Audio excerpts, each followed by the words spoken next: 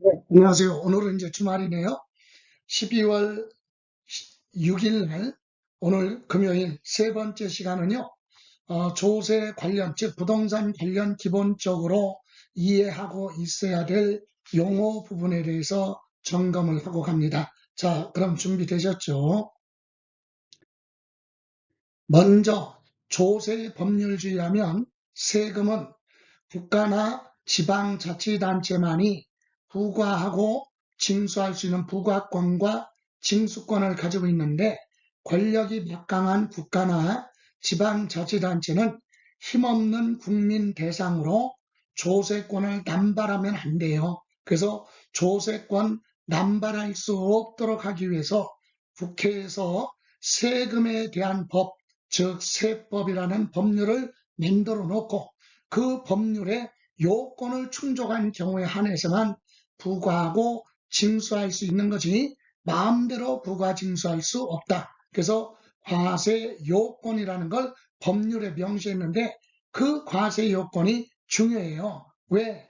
여러분, 이제 강론에 들어가서 조세 총론 끝나고 나서 강론에 들어가서는요, 취득세 공부할 때 취득세는 공부하는 순서가 어떤 거 취득했을 때 취득세 내야 돼?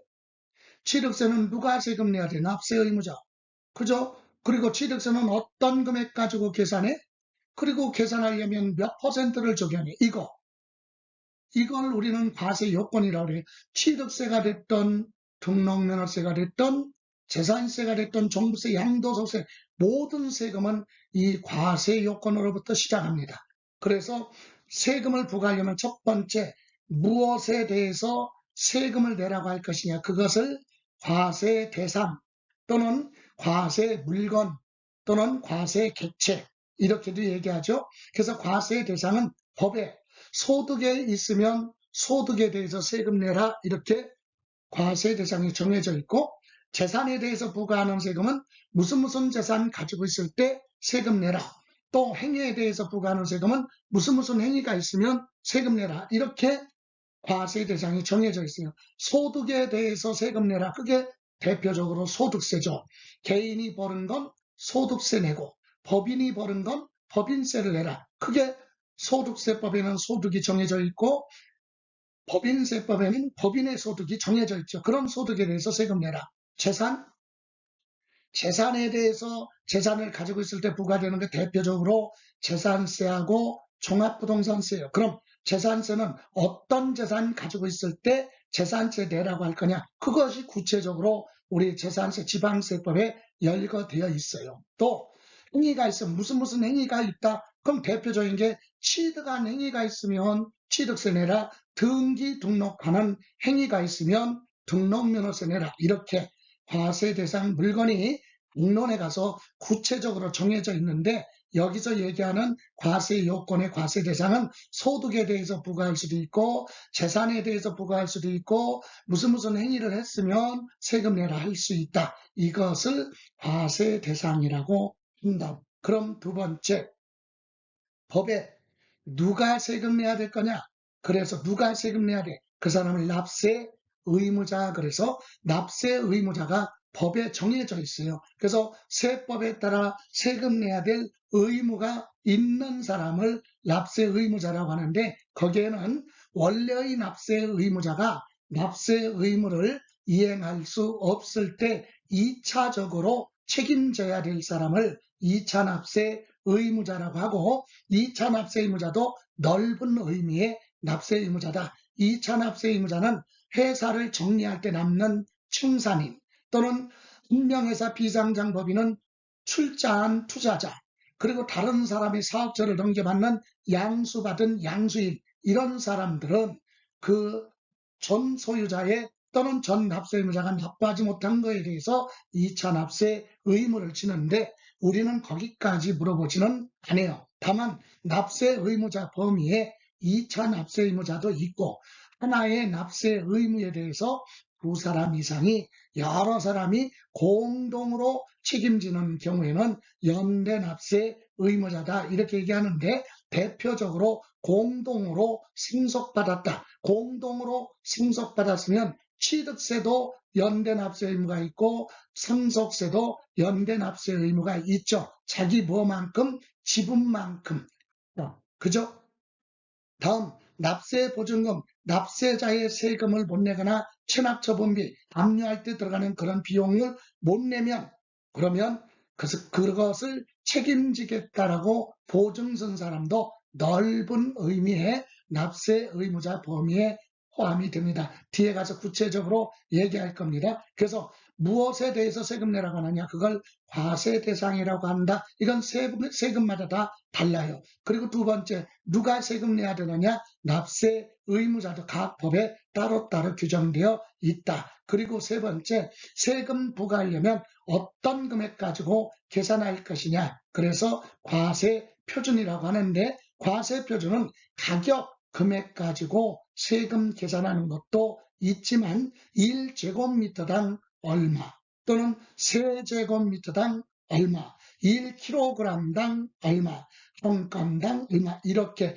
단위로 계산하는 경우도 있어요. 그래서 물건의 가격, 금액 가지고 계산하는 걸 우리는 종가세다. 가격 가지고 종가세. 그런데 수량 등으로 세금 계산하는 걸 종량세 이렇게도 얘기를 합니다. 용어가.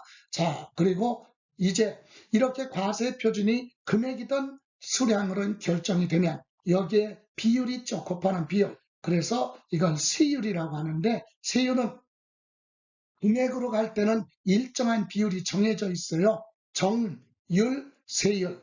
과세 표준을 물건의 가격, 금액으로 가면 종가세잖아요. 그럼 이 종가세 가격에다가 세율 적용할 때 비례세율이 있거든요. 비례세율은 과세 표준 금액이 같아도 같은 세율 적용하는 게 비례세율이고 누진세율은 과세 대상이 같아도 과세 표준 금액 크기에 따라서 세 부담이 점차 커지는 걸 누진세율. 그래서 우리는 부동산에 관련해서는 비례세율과 누진세율 이것이 대표적으로 사용하는 세율인데 정액세율도 있어요. 일부 정액세율은 뭐냐? 오른쪽에 과세 표준이 종량세 있었죠. 수량 등으로 단위로 표시하는 것. 그래서 1kg당 아니면 1제곱미터당 한 건당 이때는 세율이 퍼센트가 아니라 금액으로 가잖아요. 그래서 왼쪽에 정액세율이라 그래.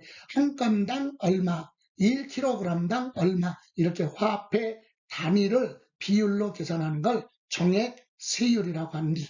이렇게 해서 우리 네 가지를 묶어서 과세 요건, 여기서 우리가 기억할 건 이 구체적인 내용에 대해서는 뒤에 강론에 가서 또 설명드릴 건데 과세 요건 하면 네 가지다. 무엇에 대해서 세금 내라고 하느냐? 과세 대상. 누가 세금 내야 돼? 납세 의무자. 어떤 금액 등으로 계산하느냐? 과세 표준. 몇 퍼센트로 할 거냐? 세율. 이걸 과세 요건이라고 한다. 이렇게 이해하시고요. 이번에는 납세자 앞에서 언급된 거예요. 납세자는요, 세금에 관련된 모든 사람들, 세금에 관련된 아주 광범위하게 넓게 봤을 때 다 해당되는 사람을 납세자라고 합니다. 납세자. 그래서 납세자는요, 세금에 관련된 모든 사람, 여기에는 크게 둘로 나눕니다. 법에 따라 의해서, 법에 따라, 세법에 따라 세금 내야 될 의무가 있는 사람을 납세 의무자 이렇게 얘기하고 또 하나는 징수 의무자 이렇게 둘로 나눠집니다. 그럼 징수 의무자는 뭐냐? 자, 뒤에서 또 설명드리고 그럼 먼저 납세 의무자인은 또 여러 사람으로 구분하는데 본래의 납세 의무자 지방세법의 취득세면 취득세 규정에 세금은 누가 내라? 취득한 사람이 내라. 이 사람이 납세 의무자고 등록면허세는 등기 등록하는 사람이 세금을 내라. 재산세는 재산을 가지고 있는 사람이 세금 내라. 이런 사람들을 우리는 본래 세법이 규정되어 있는 세금 내야 될 사람을 납세 의무자라고 하고 이 사람의 세금을 못 냈을 때 2차적으로 보충적으로 납세 의무를 지는 사람을 2차 납세 의무자라고도 하고 하나의 납세 의무에 대해서 세금에 대해서 여러 사람이 두 사람 이상이 공동으로 책임지는 경우를 연대 납세 의무자 그리고 체납처분비 못 냈을 때 책임지는 사람, 보증선 사람을 납세 보증인, 이 사람들이 납세 의무자 범위에 포함이 됩니다. 그리고 징수 의무자는요, 뜻은 똑같은데 명칭이 달라요. 국가가 걷어가는 세금, 국세에서는 원천 징수 의무자라는 용어로 사용을 하고, 지방세에서는 특별징수 의무자라고 한다. 구체적인 뜻은 뒤에서 설명드리고, 이제 위로 가서 납세 의무자, 본래의 납세 의무자는 세법에 따라서 각 법에 세금 납부해야 될 의무를 법으로 규정하고 있어요. 이러이러한 사람들이 세금 내라, 이 사람을 납세 의무자라고 하는데, 여기에는 징수 의무자는 납세 의무자가 아니라는 사실, 요것 때문에 우리가 지금 설명하는 거예요. 납세 의무자하고 징수 의무자는 달라요. 징수 의무자는 납세 의무자가 아니다. 자기 세금 내는 게 아니기 때문에. 그럼 2차 납세 의무자는 뭐냐? 요 본래의 납세 의무자가 납세 의무를 이행할 수 없을 경우에 본래 납세 의무자를 대신해서 납부할 의무를 지는 사람을 2차 납세 의무자라고 한다. 2차 납세 의무자에 구체적으로 누가 있느냐, 이런 것까지는 물어보지 않아요. 과거에 한번 물어본 적은 있었어요. 그러나 그것까지 기억할 필요는 없고, 다음 세 번째, 하나의 납세 의무에 대해서 두 사람 이상이 공동으로 책임지는 관계에 있는 사람을 연대 납세 의무자라고 하는데, 대표적으로 공동상속받았다 그러면 그 사람들이 다 세금 책임져야죠. 한 사람이 아니라 두 사람 이상일 때를 연대 납세 의무자라고 합니다. 조금 더 들어가면 연대 납세 의무자는요, 세금 낼 때 납부하는 방법이 크게 세 가지예요. 첫 번째, 자, 예를 들어서 공동상속받았다 그러면 그 사람들이 첫째, 둘째, 셋째 세 사람이 공동으로 상속받았다. 그럼 상속세 세 사람이 책임져야죠. 그래서 두 사람이 아니라 한 사람이 아니라 두 사람 이상일 때를 연계납세 의무자라고 하는데, 이때 구체적으로 납부하는 건 물어보지 않지만 납부할 때는 각각 자기 뭐만큼 지분만큼 각각 납부해도 되고, 두 번째, 이 세 사람 중에서 한 사람이 대표로 다 납부를 하면 다른 사람은 납세 의무가 소멸됩니다. 그럴 수도 있고, 세 번째는 각각 자기 지분을 납부해야 되는데 어떤 사람이 자기 지분을 못 내면 나머지 사람들이 그것까지 공동으로 책임져라. 이것이 연대납세 의무자의 뜻입니다. 그리고 세금 납세 의무자가 체납하고 그랬을 때 들어가는 비용까지 대신 내주겠다, 이렇게 보증선 사람을 납세 보증인이라고 한다, 이 얘기예요. 그러면 이 네 사람을 우리는 납세 의무자다 이렇게 얘기하고, 징수 의무자는 국세에서는 원천 징수 의무자다. 그래서 국가에 들어가는 세금을 국가가 일일이 다 걷어가기가 어려우니까 편리한 사람한테 네가 대신 걷어다가 줘, 이렇게 얘기를 하죠. 그래서 국세를 징수하여 납부할 의무가 있는 자를 원천징수 의무자라고 하는데, 이를테면 개인이 1년 동안 돈을 벌었으면 내는 세금이 소득세법에 소득세를 내야 돼요. 그런데 소득이 발생할 때마다 소득세 내면 번거로우니까 1년이라는 기간을 정해서 소득세는 매년 1월 1일부터 12월 말까지 1년 동안의 소득이 있으면 그걸 합쳐서 내년도 다음 연도 5월 달에 신고하고 납부하라, 이렇게 돼 있어 기본 세금이 소득세는. 그런데 소득세 중에 일부, 이를테면 근로소득, 직장 다니는 사람은 세금을 매달 내라 이 얘기예요. 매달. 그러면 매달 세금 내려면 번거롭잖아요. 그래서 어떻게 하라? 그때는 번거로우니까, 자, 사업하는 사람은 종업원들한테 월급, 급여를 줄 때 소득세 미리 빼고 공제하고 줘라, 이 얘기예요. 그것을 우리 법률 용어로 얘기하면 사장은, 얘기는 사업자는 종업원한테 월급을 줄 때, 근로소득을 지급할 때, 소득을 지급할 때, 그죠? 소득세 지급할, 근로소득을 지급할 때 그 소득에 대한 소득세를 미리 빼고 줘라, 원천 징수한다, 이렇게 얘기해요. 그러면 사업자는 근로소득을 제공할 때 그 소득에 대한 소득세를 국가를 대신해서 미리 원천 징수를 해서 가지고 있다가 일정 기간이 되면 국가에 갖다 납부해야 될 의무가 있는 사람을 원천징수 의무자라고 합니다. 그러면 특별징수 의무자는 지방세예요. 지방세 같은 내용이죠. 뜻은 예를 들어서 이를테면 인천 항구에 수출품 컨테이너 박스를 싣고 대형 선박이 입항 출항을 하게 되면 바다가 오염되어 환경이 훼손되고, 그래서 그걸 방지하기 위해서 사용하기 위해서 목적세인 지역 자원 시설세를 징수하는데, 이것을 내년 다음 달에 와서 신고 납부하라 그러면 현실적으로 불가능하니까 인천광역시를 대신해서 부두의 관계에 근무하는 관계자 있는 사람이 어떻게 하라? 입항하는 선박의 컨테이너에 대해서 1TU당 컨테이너 하나당 15,000원씩 세금 미리 받아. 그리고 출항할 때는 선적하기 전에 미리 받아. 그죠? 이렇게 입항 출항하는 선박의 컨테이너 박스에 대해서 하나당 15,000원씩 세금을 미리 징수하겠다. 그걸 특별 징수 미리 걷었다가 일정 기간이 되면 지방자치단체에 납부해야 될 의무가 있어요. 그 사람은 특별징수 의무자. 이제 정리가 됐어요. 자, 원천징수 의무자나 특별징수 의무자는 왜 납세 의무자가 아니냐? 자기 세금 내는 게 아니기 때문에.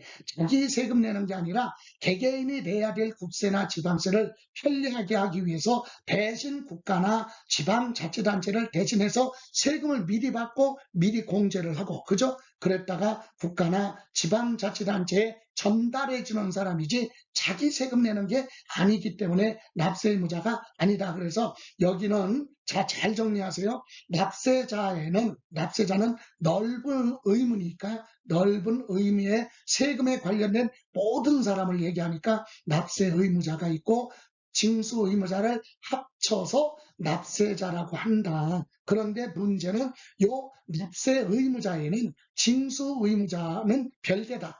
징수 의무자는 자기 세금 내는 사람이 아니기 때문에 납세 의무자가 아니라는 거. 그래서 우리 맨 위에 첫 번째 칸에 본래 납세 의무자, 세법에 따라 세금 납부할 의무가 있는 자를 납세 의무자라고 하는데, 지문에 시험에서 물어봐요. 징수 의무자를 포함한다? 그럼 틀려요. 징수 의무자는 뭐한다? 제외한다. 납세 의무자가 아니다. 이렇게 점검하세요. 납세자 그러면 두 사람, 납세 의무자하고 징수 의무자 합쳐. 근데 납세 의무자에는 원천 징수 의무자나 특별 징수 의무자는 제외하라. 왜? 납세 의무자가 아니니까, 자기 세금 내는 게 아니다, 이 얘기입니다. 이렇게 이해하시고, 다음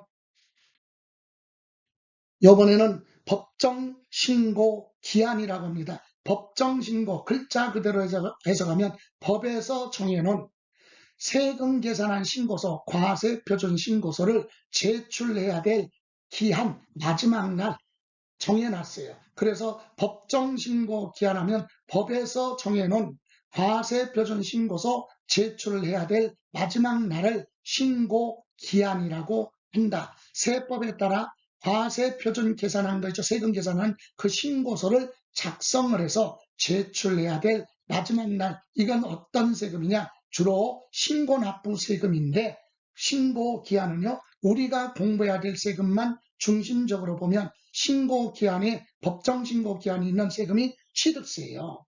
여러분, 취득세는 취득할 때 내는 게 취득세잖아요. 그러면 일반 부동산을 일반 거래로 취득했으면 늦어도 취득한 날로부터 60일 이내 요 과세표준 신고서를 지방자치단체장한테 제출해야 돼요. 만약에 60일 될 때까지 제출하지 않으면 신고 안 했다 얘기예요. 그래서 과산세가 붙습니다. 그런데 상속받아서 취득한 자산은 상속 절차가 시작되려면 시간이 많이 소요되기 때문에 60일 이내 현실적으로 불가능하죠. 그래서 상속의 경우는 사망한 날을 상속 개시일이라고 하는데, 그날부터 계산하지 말고 상속 개시일에 속하는 달 말일로부터 6개월이에요.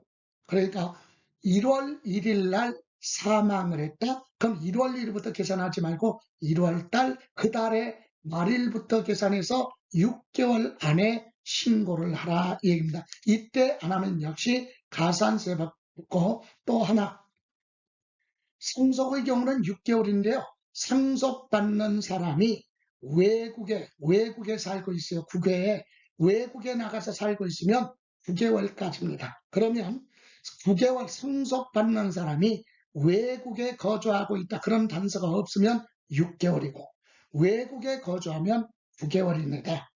자, 또 하나, 세 번째, 증여받았어요. 부동산을 공짜 증여받았다. 이것도 길게 갑니다. 그래서 취득일에 속하는 달, 증여받았으면 그때 취득이죠. 그 날짜부터 계산하지 말고 그 달의 말일로부터 3개월 이내. 이렇게 취득세는 법정 신고 기한이 이렇게 세 가지예요. 일반적인 거래는 60일 이내 신고하라. 상속받은 경우는 6개월, 그 달의 말일로부터 6개월 또는 6개월, 증여는 그 달의 말일로부터 3개월 이내 신고를 하라. 이렇게 법에 정해져 있고요. 두 번째, 등록면허세는 언제까지냐, 날짜로 명시하는 게 아니라, 여러분 전세계약축이라고 전세권 설정 등기는 언제까지 하라 그런 규정이 없어요. 그럼 언제까지, 언제가 됐던 본인이 등기 등록하려면 등기소 등록관청에 서류를 제출할 때 그때까지만 세금 내면 돼요. 그래서 등록면허세는 등기 등록하기 전까지만 신고를 하라 이거고요. 개인이 1년 동안 돈을 버는 거 소득세, 부동산 팔아서 발생한 양도소득세는 언제까지 신고를 해야 되느냐. 소득세는, 양도소득세는 예정신고가 있고 확정신고가 있는데 먼저 2번 순서 바꿔서 예정신고 기한하면 부동산을 팔았잖아요. 양도일에 속하는 달 말일로부터 2개월이에요. 2개월.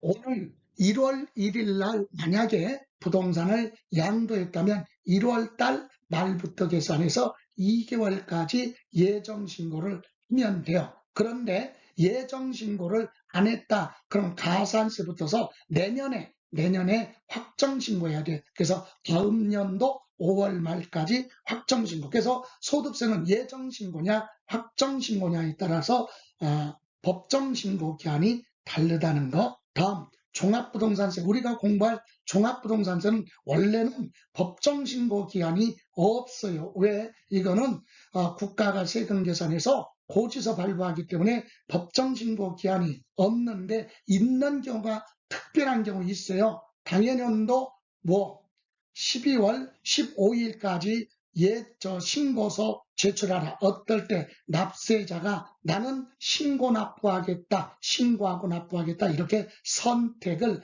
했을 때만 가능하죠. 이렇게 해서 우리 법정 신고 기한에 대해서는 취득세 공부할 때 요거 중요하니까 공부하고, 등록면허세 공부할 때 강론에 가서 또 공부하고, 양도소득세 공부할 때 요거 공부하고, 종합부동산세 공부할 때 또 공부해요. 그래서 전체적으로 이렇게 정해져 있지만 지금부터 이것을 기억하기는 힘들지만 법정신고 기한은 취득세, 등록면허세, 양도소득세는 법정신고 기한이 정해져 있다.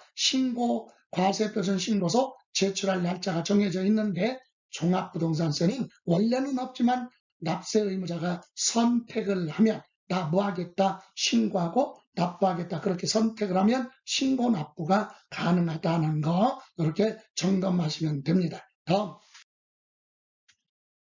이번은 그럼 과세표준 신고를 어디 가서 해야 돼? 그 장소, 이걸 납세지라고 그래요. 그래서 납세지는요, 납세 의무를 이행할 장소, 각종 신고하거나 서류를 제출할 때 지정된 장소가 납세지라고 합니다. 그건 우리가 공부하는 세금에 대해서만 중점적으로 물어보니까 우리가 공부할 거 5가지잖아요. 취득세, 등록면허세, 재산세, 종합부동산세, 양도소득세, 요거 납세지. 그래서 먼저 물건 중심으로 세금 부과하는 세금을 물세다 이렇게 얘기하죠. 사람 중심이 아니라 물건에 각각 부과하는 세금을 물세라고 하는데, 물세의 대표적인 게 취득세는요, 취득한 사람이 아니라 취득한 물건에 무엇을 취득했느냐에 따라 세금이 달라져요. 그래서 물건 중심으로 부과하고 등록면허세도 물건에 대해서, 재산세도 물건 중심으로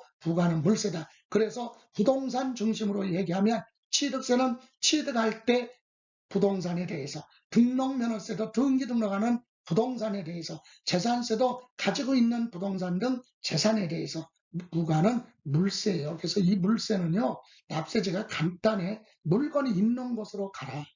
그러면 취득세는 뭐 할 때 중요한 건 취득 당시예요. 취득할 때 당시 부동산이 있는 곳, 수재지. 취득할 때 부동산이 어디에 있는 거? 여러분이요, 서울에 살고 계셔요. 주민등록을 두고 거주하고 있는데 여러분 이름으로 제주도 부동산을 취득했어요. 그럼 제주도에 신고해야 된다 이거죠.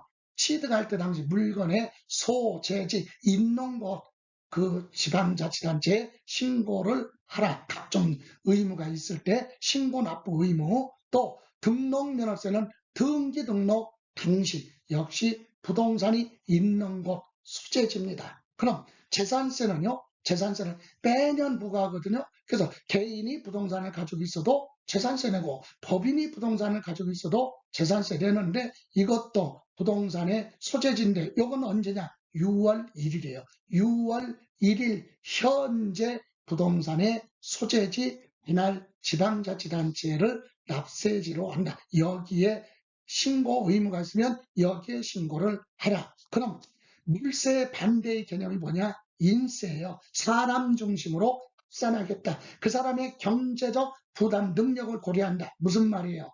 인세는 사람 중심으로 다 합쳐서 많으면 많을수록 세금 늘어나는 게 인세예요. 그래서 대표적으로 우리가 공부해야 될 거 종합부동산세. 자, 종합부동산세는요.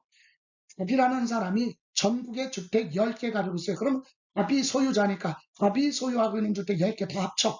그래서 계산해요. 그래서 종합부동산세는 인세고 양도소득세도 소득이 있는 사람 중심으로 산을 하라. 그러다 보니까 종합부동산세는 개인은 거주자의 뭘로 간다? 대한민국 국민의 주소지예요. 주소지. 그래서 주소지. 근데 법인은 법인 등기부에 기재되어 있는 본점이나 주사무소에 소재지로 가는 거죠.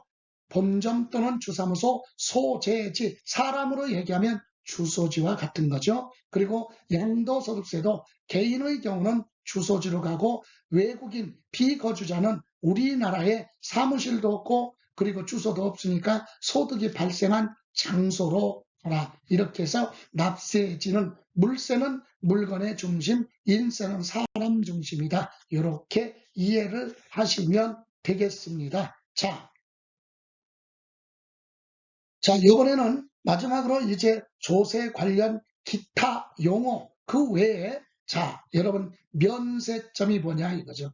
여러분 면세점이 아니라 면세점. 그래서 글자 그대로 얘기하면 세금을 면해주는 기준점이야. 그래서 구체적으로 우리 부동산에 관련해서 과세 표준 금액이 일정 금액 또는 수량이 일정량 이하는 또는 미만은 과세하지 않겠다. 그래서 우리 부동산에 관련해서는 취득세 하나 기억하시면 돼요. 취득세는요. 취득한 물건 가액이 50만 원 이하 과세 안 해요. 취득한 물건 가액이 50만 원 이하 과세하지 않는다. 물론 취득세 공부할 때 면세점 공부할 겁니다. 지금 면세점은 뜻은 세금을 면해주는 기준점 이렇게 이해하시면 되고 두 번째 소액징수 면제 세금 계산했더니 세금 징수 걷어갈 세금이 액수가 소액이야. 그래서 적은 금액의 세금을 징수 걷어가려면 고지서 발부하고 비용이 더 많이 발생하니까 실익이 없다. 그래서 징수할 세액이 일정 금액 미만은 징수하지 않는다. 구체적으로 재산세는요. 고지서 한 장당 2,000원 미만, 2,000원 미만은 고지서 발부 안 해요. 징수하지 않는다. 면세점은 취득한 물건 가액이 50만 원 이하 세금 내지 마 과세 안 하는 거고 재산세 계산했더니 세금이 2,000원도 안 돼. 그럼 고지서 발부 안 하겠다. 징수 걷어가지 않겠다. 납세의무자 쪽에서는 안 내도 된다. 이 얘기입니다. 다음 체납은 글자 그대로 세금을 납부하지 않은 것, 밀린 세금 이거예요. 납부할 국세나 지방세를 납부할 기한이 정해져 있는데 그때까지 납부를 못했어요. 그게 뭐라고요? 체납이라고 합니다. 아, 체납 그러면 세금 안 낸 거 이 얘기예요. 자, 그러면 강제징수비나 체납처분비는 뭐냐? 먼저 세금 안 냈으니까 체납이죠. 안 냈으면 체납된 납세 의무자 세금을 체납하면 그 사람의 재산에 강제로 압류를 해서 공매 처분해서 뺏어와야 되겠죠. 그래서 강제징수비는 납세자가 세금을 안 내니까 체납하니까 그 사람 재산을 압류하거나 그리고 운반하거나 보관하거나 그리고 공매 처분할 때 들어가는 일체의 비용이 있어요. 그걸 국세에서는 뭐라고 한다? 강제징수비라고 하는데 강제징수비나 밑에 가로 안에 체납 처분비는 같은 뜻이에요. 근데 용어만 국세에서는 강제징수비 그리고 지방세에서는 체납 처분비라 한다 이 얘기예요. 원래는 법에는 전부 다 국세나 지방세나 체납 처분비라고 했었는데 이게 일본식의 표기 방법이에요. 그러면 체납 처분비 하면 잘 몰라 일반인들은. 근데 강제징수비 하면 대강 나오잖아요. 세금 안 내니까 강제로 세금을 걷어가기 위해서 들어가는 공매할 때 들어가는 일체의 비용 그것이 강제징수비다. 이런 비용은요. 예를 하나만 더 들어가면 여러분 납세 의무자가 체납 세금 안 냈네. 그럼 납세 의무자 부동산은 압류를 해서 보관을 하고 운반해서 그리고 감정평가를 해서 항구 자산관리공사를 통해서 공매 처분합니다. 공개입찰 방식으로 처분하면 팔면 매매 대금이 들어오죠. 돈이 들어올 거 아니에요. 그 돈이 들어오면 맨 먼저 가져가는 게 이 비용이에요. 강제징수비나 체납처분비가 있으면 세금보다도 이 비용을 맨 먼저 가져간다. 그거 정도는 알고 있어야 돼요. 강제징수비나 체납처분비는 다른 세금보다도 매매 대금에서 그 재산 매각 대금이 나오면 거기서 맨 처음에 가져가는 거. 예. 다음 비과세하고 감면인데 비과세는요. 세금 계산 안 하겠다. 계산 자체를 안 해. 근데 감면은 뭐죠? 세금을 계산했는데 세금이 나오면 깎아주거나 면제 혜택 주는 걸 감면이라고 합니다. 그래서 비과세는 과세권자가 과세권을 포기했기 때문에 아예 계산 자체 안 하는 게 비과세고 감면은 과세 표준의 세율 곱해서 세금까지 계산해놓고 감면 대상인 사람이 스스로 감면 받겠다고 신청이 들어오면 요건을 충족했을 때 경감 줄여주거나 아예 면제 혜택을 주는 걸 합쳐서 감면이라고 하는데 우리 시험은 감면은 시험 범위가 아니고요. 비과세만 시험 범위에 들어갑니다. 그래서 비과세의 뜻 그러면 취득세 내라 근데 비과세 공부할 거고 등록면허세 과세하는데 비과세 공부합니다. 재산세 낼 때도 비과세 공부하고 종합부동산세는 재산세랑 똑같이 가요. 그리고 양도소득세 낼 때도 과세할 때도 비과세가 있어요. 1세대 1주택은 세금 내지만 이렇게 비과세가 있다라고 하는 내용이죠. 이렇게 해서 용어 중에서 우리가 다 기억할 수는 없지만 면세점은 취득세만 취득한 물건 가액이 얼마 50만 원 이하 취득세 과세 안 한다. 요거 소액징수 면제 재산세 등은 고지서 발부할 때 2,000원 미만이면 고지서 발부 안 한다. 그리고 매각 압류를 해서 공매 처분하면 매매 대금에서 맨 처음에 가져가는 게보다 강제 징수 비용 또는 체납 처분비다. 그리고 비과세는 과세권자가 포기한 거니까 계산 자체를 안 하는 걸 비과세라고 한다. 이렇게 해서 오늘 여기 용어 정리까지 해서 정리를 했고요. 연휴 주말 잘 보내시고 다음 주 월요일 날 뵙겠습니다. 자, 오늘 고생하셨습니다. 수고하셨습니다.